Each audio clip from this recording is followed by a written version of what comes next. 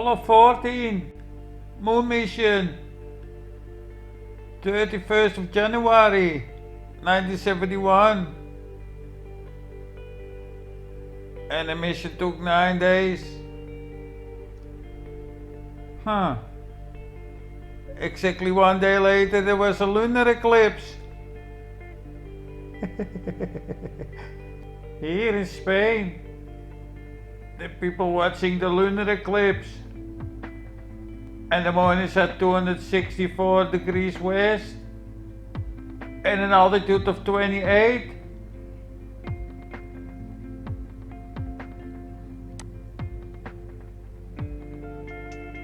Well, the so-called sun is on the other side of the earth with an azimuth of 84 and an altitude of -30. February 10, 1971.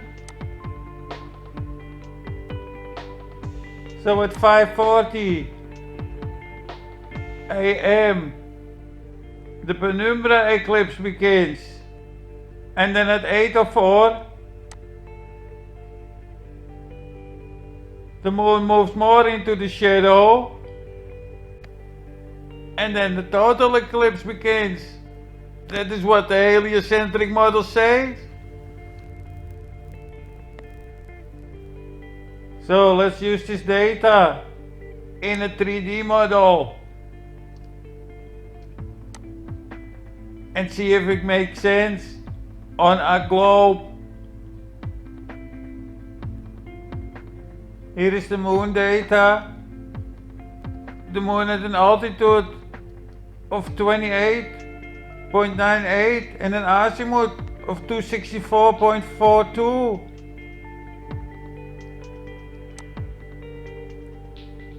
And the sun at an altitude of -30.49 and an altitude of 84.52. Just like what the data say.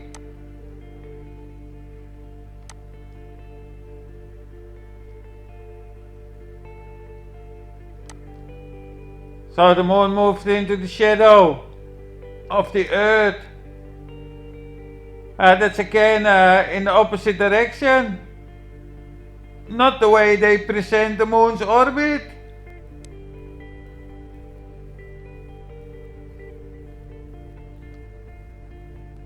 To move into the Earth's shadow, it has to start rotating clockwise.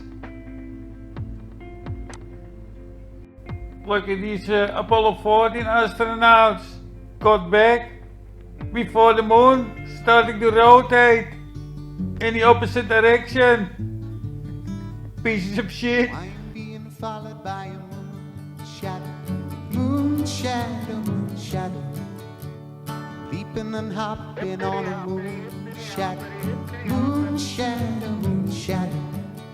Maybe we need to ask Ruif to do some more orthographic modeling, because that's a simplified version of the heliocentric model, and that is what those ballers understand. Pieces of shit. Moon shadow, moon shadow. I often tell you people about the mean celestial data. That is spiritual data, and here we have it. GHA, that is the Greenwich hour angle, and then we have the declination, and we can now model this up, of course. And this is the observed data. This is data what people see. This data, this virtual data, moves exactly with 15 degrees an hour to make the globe go round. Well, the observed data never do 15 degrees an hour. At some moments it do, but it's not always the case. So here we have the declination for the sun and the GHA for the sun. We can convert that to altitude and azimuth on a particular longitude. Here I did it for the moon and the sun. And as we can see, they are exactly opposite.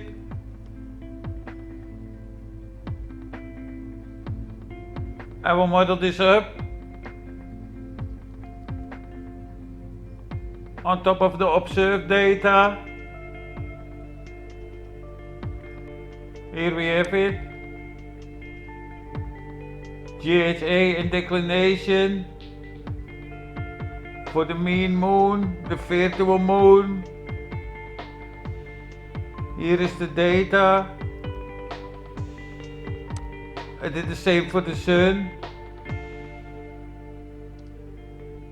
The virtual sun that moves between the tropics. It goes around in 24 hours. You've been fooled by a virtual sun. These are the real ones.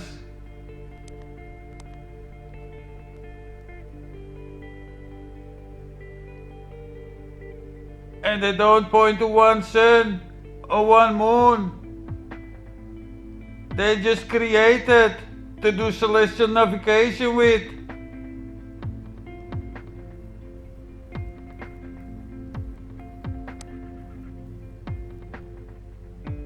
This one goes right through the center. Makes you wonder. You must see a nice alignment between the sun, moon and earth. Yeah, if you use the virtual data, idiot. And if we look at it like this,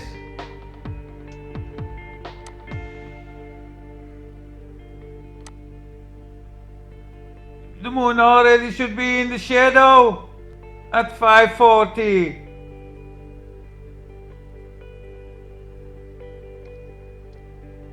And if we look at it like this,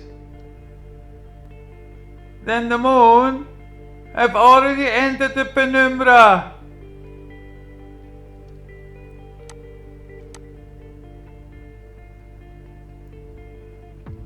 At 5:40. Penumbra begins. No, it's clearly already in the shadow. Here, must be in the shadow. They say the sun's shadow reaches 800,000 miles in space. Yeah.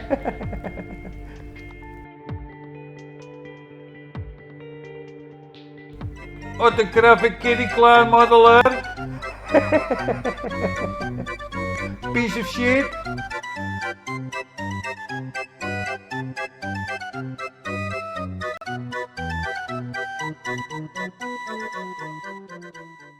Things like massive oil tankers that can literally sit over the horizon. And the fact is that as you raise in altitude, you can see further on the globe. You can go in a hot air balloon and still watch boats go over the horizon of the Earth. You can see a boat go over the horizon. That's what I've heard of. Absolutely, absolutely. You can watch a boat go over the horizon from. In fact, I can see for miles and miles. I can see 60 miles for miles and miles and miles. Miles and miles and miles. I can see miles and miles and miles, matching the curve of the Earth. So you can see Miles and miles and miles and miles. that I can see. Miles and miles. See You do miles and miles and miles. that I can see. Miles and miles and miles. It's just a fucking blur. I can now see.